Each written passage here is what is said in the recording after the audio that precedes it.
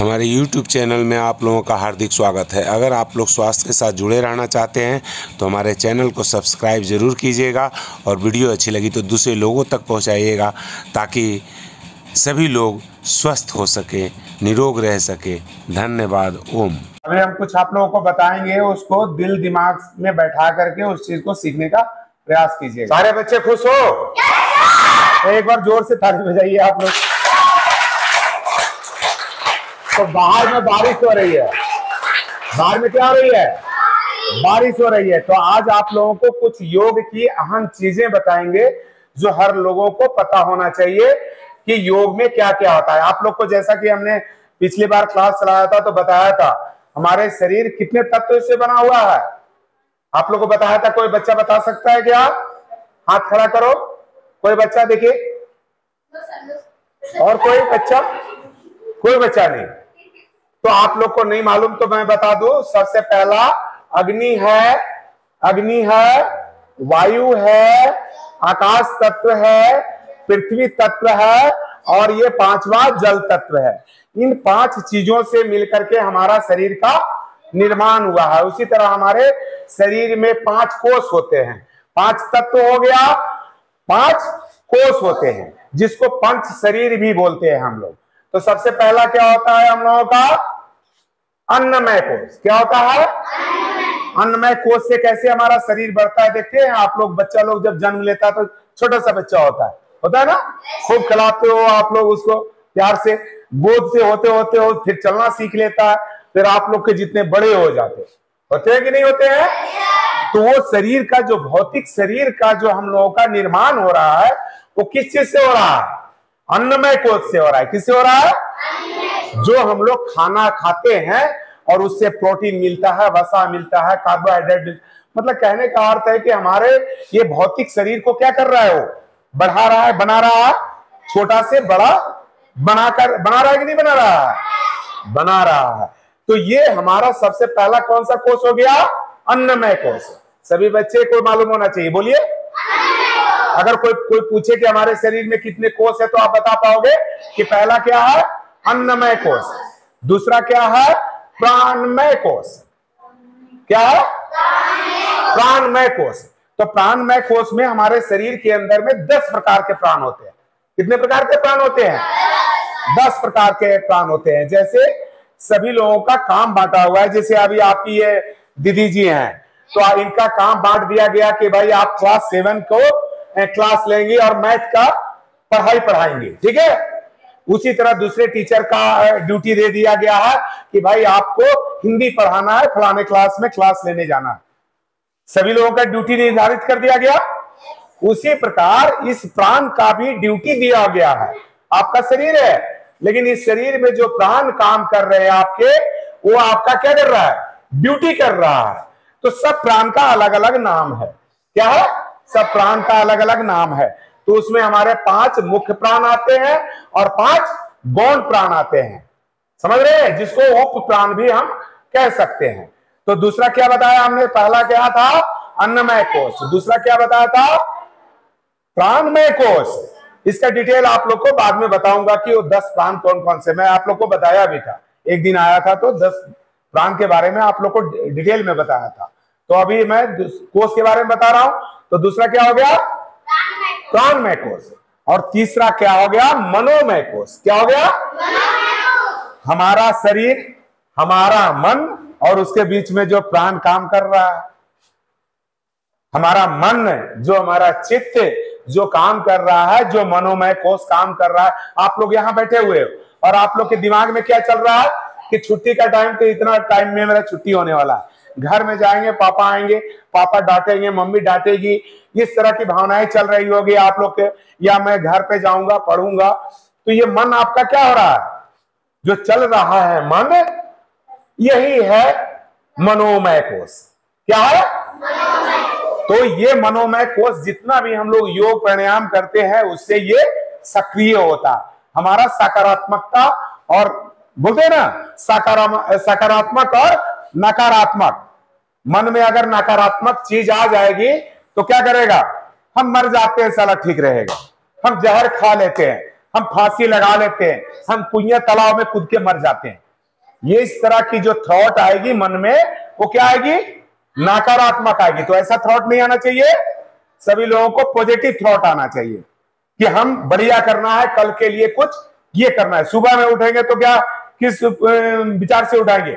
मुझे आज दिन भर ये काम करना है, स्कूल जाना है, पढ़ना है, ये होमवर्क बनाना, आज इतना चैप्टर का हम तैयारी कर लेना है। इस सोच के साथ आप लोगों को उठना है। तो ये क्या कौन सा कोर्स था हमारा?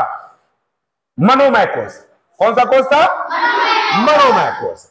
और तीसरा है विज्ञानमय कोर्स। क्या है? चौथा। तीसरा बता दिए, चौथा। ठीक है, उस बच्चे के लिए एक बार उससे जोर से ताली बजाइए। बढ़िया। तो चौथा क्या है? ताली रोक दीजिए। चौथा क्या है? विज्ञानमय कोर्स। तो हमारा जो, मान लीजिए हम कोई चीज काम करते हैं, तो हमारा जो शरीर का जितना ऑर्गेन्स है उसका क्या होना चाहिए? मुझे ज्ञान होना चाहिए। उस विज्ञान के बारे में जानना चाहिए कि मेरा हार्ट कैसे काम करता है, मेरा लीवर कैसे काम करता है, मेरे जो इंद्रियां हैं वो कैसे काम कर रही है। जैसे मनोमय कोश में जितनी भी आपकी ज्ञानमय इंद्रियां हैं वो सारे काम करते हैं ना, उसी तरह विज्ञानमय कोश को भी सक्रिय, आप अपने ज्ञान को कितना बढ़ा सकते हो और अपने चित्त को काबू कर सकते हो। ये सारी चीज विज्ञानमय कोश और मनोमय कोश से मिला जुला करके हम लोग काम कर लेते हैं। और ये पांचवा क्या है? आनंदमय कोश। क्या है पांचवा? आनंदमय कोश। तो आनंदमय कोश तभी आ सकता है जब आपका हर तरह का, ये जो हम लोग अष्टांग योग करते हैं ना, सब में आप निपुण हो जाओगे और आपके अंदर एक कुंडली जागरण हो जाएगी। तो उस कुंडली जागरण से आपके अंदर एक खुशी व्यक्त होगी। क्या होगी? एक अंदर की खुशी व्यक्त होगी, बाहरी खुशी नहीं। बाहर से आप लोग को मैं बोल रहा हंसो, आप लोग हंस लिए, लेकिन आपका दिल में तो रो रहे हो, अंदर में तो डर बना हुआ है किसी चीज का, मास्टर साहब मारेंगे। तो दिल अंदर से रो रहा है तो ऊपर से हंसी आएगी? नहीं आएगी ना। लेकिन जब अंदर से जब हंसी आएगी तो आपके चेहरे पे हंसी एक चार्मिंग आएगी, वो आनंदमय कोश। तो उन लोगों का होता है जिन लोगों का कुंडली जागरण हो जाता है। तो अभी आप लोग को बताया था सब चीज, खास करके मैं इस स्कूल में सब चीज का ज्ञान देता हूं, लेकिन बहुत कम बच्चे ध्यान रख पाते हैं उस चीज को। आप लोग को हम बताया था, चक्रों के बारे में भी बताया था। कितने चक्र होते हैं हमारे शरीर में, कौन बताएगा? अरे मुख्य 7 चक्र बताया था ना बेटा आप लोग को। मूलाधार चक्र, स्वादिष्ठान चक्र, मणिपुर चक्र, अनाहत चक्र, विशुद्धि चक्र, लालना चक्र और सहस्त्रार्थ चक्र। इस सारे चक्रों को जगाना होता है। और इस सारे चक्रों में एक कमल है। क्या है? कमल है। जैसे हमारा मल और मूत्र, मल और मूत्र को त्याग करने वाली जो जगह है उसके बीचों बीच वो स्थान है मूलाधार चक्र का, जहां अंधकार ही अंधकार है। क्या है? वहां सिर्फ अंधकार है और वहां ही कुंडली जागरण होता है। सारी कुंडलियां वहीं पे गरुड़ मार के ऐसे बैठी हुई है। सांप का देखो गरुड़ मार के ऐसे बैठता है। तो हमारे शरीर के अंदर में 72 करोड़ नस नाड़ियां हैं जो गरुड़ मार के कहां बैठी हुई है? मूलाधार चक्र के पास। तो उसको जगाना काम है। वो कैसे जगेगा? योग से जगेगा, जब प्राणायाम से जगेगा। तो उसको जब जगाएंगे तो उसमें आप लोग को आज बता देता हूं कि उन चक्रों की कितनी कितनी पंखुड़ियां होती है। और फिर दूसरे दिन आऊंगा तो पूछूंगा कौन कौन बताएगा, हाथ खड़ा करो। आज वाली बात दूसरे दिन कौन कौन बताएगा, जैसा देख लो। तो हम देखेंगे कौन कौन बोला है और कौन कौन नहीं बता पाया है। और जो लोग हाथ नहीं खड़ा करे हैं उनमें अपना आत्मबल ही नहीं है कि हम याद कर पाएंगे, वो हवा में ले रहे हैं। हर आदमी को मन में सोचना है कि मेरे को जो सिखाया जा रहा है उसे मैं परीक्षा में लिख दूंगा और जो पूछा जाएगा मैं बता दूंगा, जो मेरी बातों को ध्यान से सुनेगा। तो सुन लीजिए, आज चक्रों के बारे में आप लोग को बता रहा हूं कि जो हमारे जो चक्र है हमारे शरीर में, सबसे पहला मूलाधार चक्र। कौन सा चक्र? जिस तरह से घर का एक एमसीबी होता है ना, मेन स्विच काटा तो सब लाइट ऑफ, और मेन स्विच दिया तो सब लाइट ऑन। तो वही है मूलाधार चक्र। तो मूलाधार चक्र को जगाना जरूरी है। और मूलाधार कैसे चक्र जगता है वो आप लोग को बताऊंगा। ठीक है? तो मूलाधार चक्र में कितनी फूलों वाली, कितनी पंखुड़ियों वाली कमल है? सब कमल का फूल लगा हुआ है सब चक्रों में, लेकिन सभी लोगों का, सबका पंखुड़ी अलग अलग है। सब लोग का क्या पंखुड़ी अलग अलग है। तो सबसे पहला जो मूलाधार चक्र, सभी बच्चे ध्यान रखना, जो सारे जो चक्र है तो उसमें क्या है? 4 पंखुड़ी। कितना पंखुड़ी? सब बच्चे बोलो, मूलाधार चक्र में कितनी पंखुड़ी? 4 पंखुड़ी वाला कमल का फूल है। कहा? मूलाधार चक्र में, जहां सबसे ज्यादा अंधकार है। उसमें सबसे पहले अगर वो जागृत करोगे आप लोग, तो उसमें एक प्रकाश आएगा, और वो प्रकाश फिर किसको जगाएगा? स्वादिष्ठान चक्र को, जो नाभि से नीचे होता है, इस भाग में, यहां पे रीढ़ की हड्डी के पास, ये देखो यहां पे। तो यहां पे कितनी पंखुड़ियों वाला कमल है?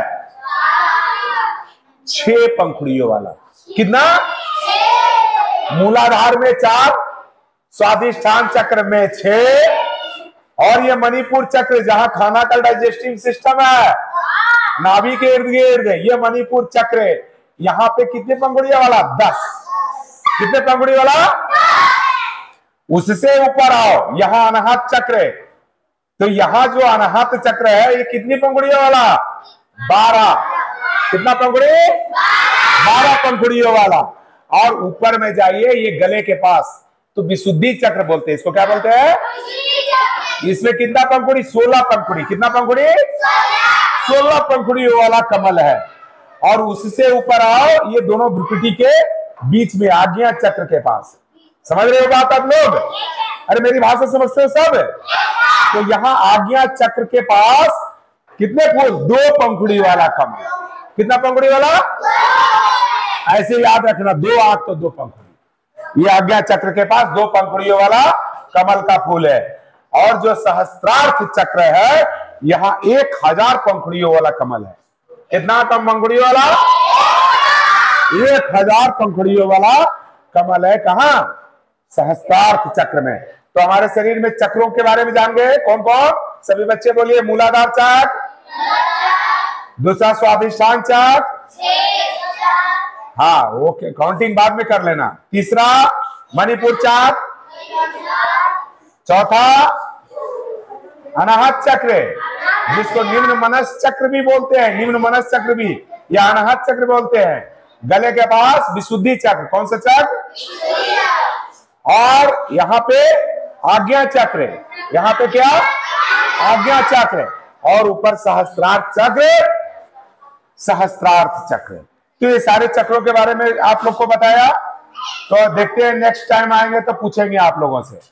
तो ये जो कुंडली जागरण है वो कैसे होता है, अभी आप लोग जानते हैं कि हम अभी सबसे पहले आप लोग को मैं बताऊं कि हठ योग, क्या बोलते हैं हम लोग? हठ योग का मतलब कोई बता सकता है मेरे को क्या होता है? हठ योग, हठ योग क्या होता है बताओ? हाथ खड़ा किया था, बताओ मैडम, आप बताइएगा हठ योग क्या हो, किसको बोल सकते हैं? जनरली हठ योग को बता रहे हैं कि हठ योग क्या कर रहे हैं कि हठ योग, सुन लीजिए आप लोग, हठ, हठ मतलब होते हैं ना, बोला बोला बहुत हठी आदमी है ये, मतलब इस काम को हम करके बिता देंगे, ऐसा लोग समझते हैं। हठ का मतलब यही समझता है। कोई बच्चा कहता है ना, जिद कर देता है कि हमको ये चीज चाहिए चाहिए, अपने मम्मी पापा को बोलता है ये चीज चाहिए चाहिए, तो लोग बोलता है हठ को वही मानता है कि हठी बच्चा है, बोलते हैं हम लोग। लेकिन जब हम लोग बोलते हैं हठ योग, तो हठ योग का मतलब होता है ह से हकार और ठ से ठकार। ह से जो हकार होता है वो होता है सूर्य नाड़ी। क्या होता है? सूर्य नाड़ी। तो सूर्य नाड़ी हमारे दाहिनी अंग में, कहां पे? दाहिनी अंग में गर्म का प्रतीक है। बताऊंगा कि मेरा शरीर ठंडा गर्म कैसे होता है, बताऊंगा आप लोग को, लेकिन पहले ये सीख लो आप लोग कि हठ योग किसको कहते हैं। तो हमारा ह से क्या हो गया? ह से हकार, हकार मतलब सूर्य नाड़ी, जो सूर्य का प्रतीक है, जो गर्म का प्रतीक है।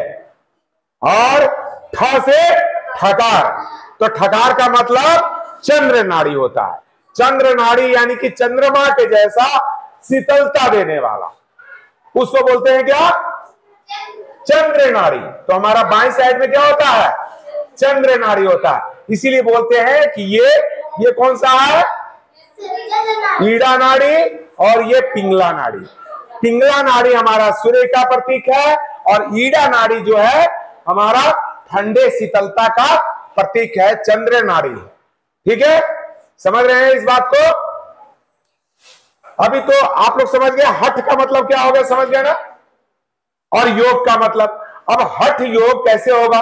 तो हमारा ये जो श्वास बाईं नासिका से जो श्वास चल रहा है और जो दाहिनी नासिका से जो श्वास चल रहा है, इन दोनों का मिलन को ही हम लोग क्या बोलते हैं? हठ योग। इन दोनों को क्या बोलते हैं? हठ योग। जब ये दोनों कैसे मिलते हैं? जब हम कोई प्राणायाम करते हैं और प्राणायाम करने के दरमियान तो क्या होता है? एक शक्ति जागृत होती है। क्या होता है? कुंडली जागरण होती है। कहां पे? मूलाधार चक्र में, जहां आप लोग को अभी बताया था ना कि कुंडली मारे हुए बैठी हुए सब नसें नाड़ियों का जंजाल हमारा कहां? रीढ़ की हड्डी के नीचे देखेंगे एक कटोरी के जैसा गड्ढा है, देख लो पीछे एक खड्डा का जैसा है, हड्डी का सबसे लास्ट नीचेला किनारा, रीढ़ की हड्डी के सबसे नीचे है ना एक छोटा सा खड्डा। तो वहां पे ये जागृत होती है और जागृत होती है तो क्या करता है? ये ऊपर की तरफ बढ़ता है। जब ऊपर की तरफ बढ़ता है, साइलेंट, कौन बात कर रहा है? बातें नहीं करेगा। आपको सबसे अच्छा समझते हैं प्रेम, आप ही गलत काम कर रहे हो। तो सबसे पहले हम क्या बताएं आपको? जब ये हमारा चंद्र नाड़ी और सूर्य नाड़ी, ईड़ा नाड़ी और पिंगला नाड़ी आपस में मिलते हैं तो हठ बनता है। अब ये जब दोनों आपस में टकराते हैं तो सुषुम्ना नाड़ी है। एक क्या है? सुषुम्ना नाड़ी। तो ये चंद्र का प्रतीक, ये सूर्य का प्रतीक, और जो तीसरा नाड़ी जो जग जाता है हमारे को प्राणायाम करने से मूलाधार चक्र के, उसको क्या बोलते हैं? सुषुम्ना नाड़ी। कौन सा नाड़ी? सुषुम्ना नाड़ी। और उसको सरस्वती भी बोलते हैं। क्या बोलते हैं? सरस्वती। तो जैसे बोलते हैं ना गंगा जमुना के बीच नीचे नीचे जाता है, कि कौन सी नदी जाती है नीचे नीचे? सरस्वती है ना नदी। गंगा जमुना के नीचे नीचे कौन सी नदी जाती है? सरस्वती नदी, जो हम लोग देखते नहीं है। उसी तरह हमारा ईड़ा नाड़ी और पिंगला नाड़ी में ऐसे लिपटता हुआ यहां सहस्त्रार चक्र तक वो नाड़ी ऊपर की तरफ आती है और हमारे शरीर के अंदर में ऊर्जा उत्पन्न करती है, एक शक्ति। चूंकि बहुत ज्यादा चंचल होता है, जैसे अभी हम तुम लोग को समझा रहे हैं और तुरंत दिमाग कहां भाग जा रहा है? अरे टाइम हो गया होगा छुट्टी का, अरे टाइम हो गया होगा दूसरे क्लास का, ऐसा मन भाग रहा है ना।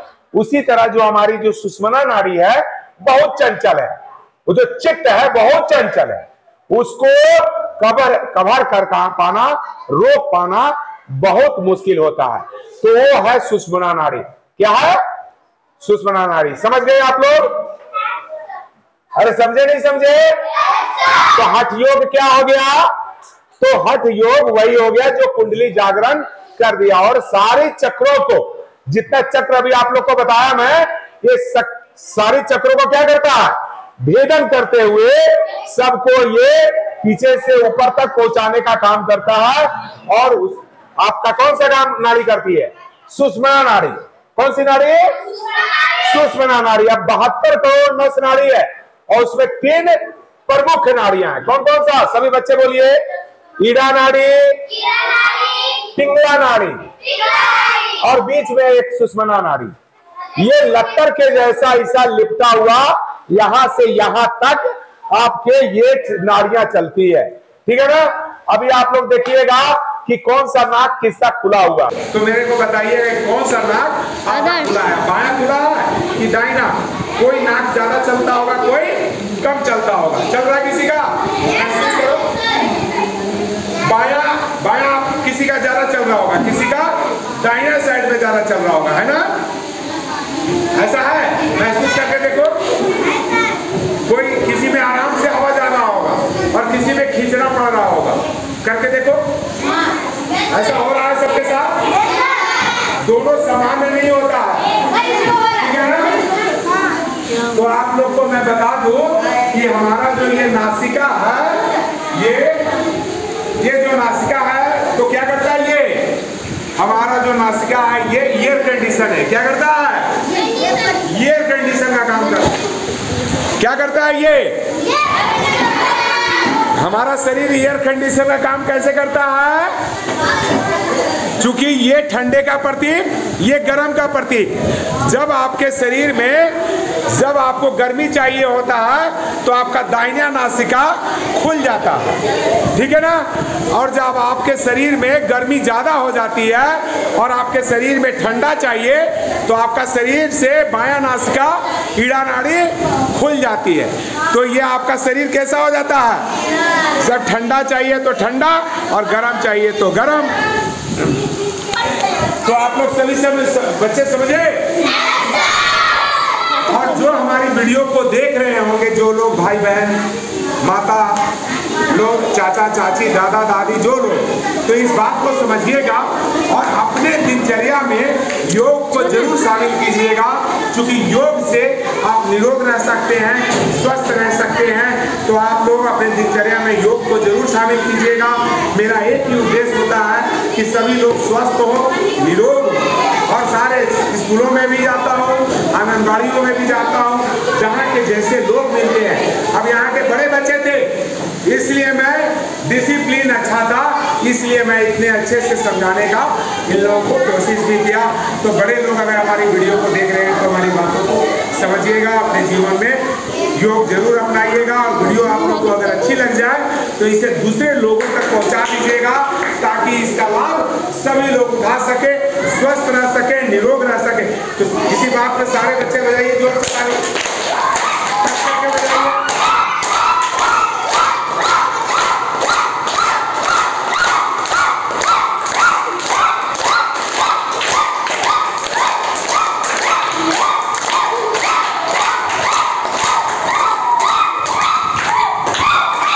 बजाइए ताली कस करके।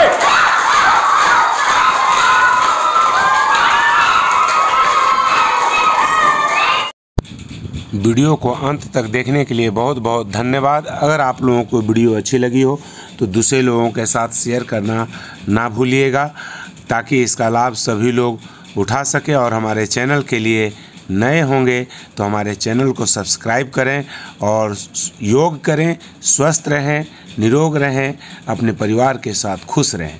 धन्यवाद। ओम।